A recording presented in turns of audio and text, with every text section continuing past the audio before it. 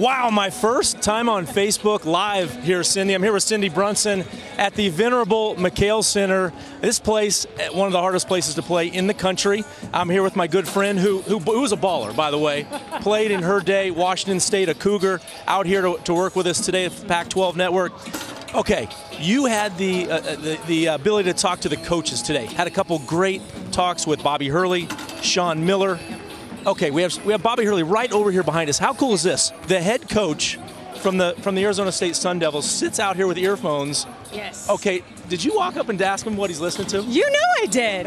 Here's the deal. He can't break away from his days where he was so successful as a player. Of course, he's the all-time assist leader still in NCAA history. So as a player, he used to get his mind right listening to a variety of tunes, to get high, to get low, to steady the heartbeat, to elevate, to regulate, and that's exactly what he told me he does as a head coach. He says some people think that he puts the earbuds in because he doesn't want to be bothered with. Right. That's not it at all. He's not trying to be incommunicado. It's just his way of getting his vibe right. That's nice. That's nice. Well, you know, there's not many coaches that do that. In fact, Ernie Kent might come out before the game. But, okay, enough Ernie Kent. Has enough skip in his step. He does. He doesn't need music. He doesn't need music. He does his own deal. So Sean Miller's not out here listening to tunes, but you had a chance to talk to him. We saw an unbelievable shoot-around today with Sean Miller. You interviewed him. Yes. What was the vibe from Sean Miller? Well, I asked him point blank, after the missteps in the Bahamas, now there's been 7 straight wins. What's the difference? He said, we've gotten healthier, and we're believing in the process. And that, at the end of the day, is exactly what you said. It is so Sean Miller. When we were watching the team shoot around, Sean Miller was in a lather. He was, rah, let's go. If you don't want to do it right, you can just pretend you have food poisoning and not show up because we're going to do it the right way. And it made you wanted to check your eligibility to make sure that to play. Exactly. We're ready to go. Strap him on. So yeah, he's fired up. He is. And you said in a lather, which I think is a perfect word or phrase because they always say styles make fights. Yes. And we've got 2 different styles here in this game. We've got Arizona, obviously the big, the strong, tough, got very talented team, and then the guard play for Arizona State. Now you watch some of these guards. I think they're right behind us. In fact, we got Cody Justice right there, Remy Martin on the other side. What'd you see from these guys? What's your feel for them coming into this game? They are a lot like their head coach. Shannon Evans told me there's a reason why he followed Bobby Hurley from Buffalo. And it's because Bobby does it the right way and was going to put him in a position to have a thought about an NBA future. That's what Evans was all about. That makes sense. And everybody on the team is like that. It was Hurley, in fact, who coined the phrase, guard you. He's like, all right, we're a little shorter in stature. That's okay. We can shoot the 3. We can dominate at the free throw line, which they do. They lead the nation in free throws attempted.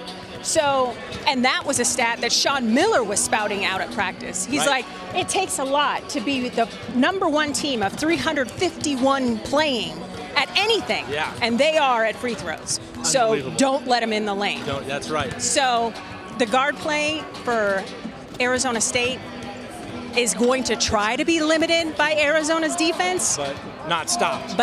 As your old buddy Dan Patrick would say, you can only hope to contain them, right? There we go. All right. So, guard you. They're calling themselves guard you. Now, Arizona's always been point guard you, but it's the big men right now for Arizona. This was your first chance ever at seeing DeAndre Ayton live in person. Are you kidding me? How about this kid? I felt guilty because I'm getting paid to do this. And DeAndre Ayton is a specimen. Ooh. He is so chiseled. And here's the deal, folks. He's playing basketball because in the Bahamas, he was too tall to play soccer. How lucky are we? And he was a good soccer player. He was a great soccer player. I honestly don't know why they didn't leave him in goal because nothing was going to get past that wingspan. But luckily for us, he's hooping and he's just showing up and showing out at Arizona. And I don't know if his game is on, how Arizona State can stop him. Okay. Gut feeling. You've been around this game a long time. You've seen a lot of games, your games. You were a forward. You know big versus small, so styles make fight. What's your gut on this game? How does this thing play out? My gut is telling me the home court is going to mean a lot. This game is sold out. There's a secondary market in play because it's legal here in the state of Arizona, and there are only a handful of tickets left on StubHub. And if you have $2,500, you can sit courtside too. Oh, yeah. So yeah, it's that kind of atmosphere. Even though the students are in school, you know, the Zona Zoo's not going to be in play, I still think this building is going to be in full throat. And Sean Miller told me that it's the time when the team is down that the crowd gets behind them the most. So if there is a misstep, if there is a falter, this crowd is going to help Arizona probably to victory. Well, Arizona has not been an underdog very often, ever, especially in this building. They are tonight, and everybody can watch it 6 p.m. Pacific. Whoa, you can't sign off yet. I can't? Your gut telling you. Oh, my gut? Yes. I think close. I think it's really close. I think two close teams. I really do. They're really talented, both of them. I can't say one has an advantage. Yeah. I'm like Kirk Herbstreit. You know, you can't pick the game if you're calling the game, right? So, like I said, 6 p.m. tonight, Pac-12 Network. Join us. This is going to be unbelievable. Woo!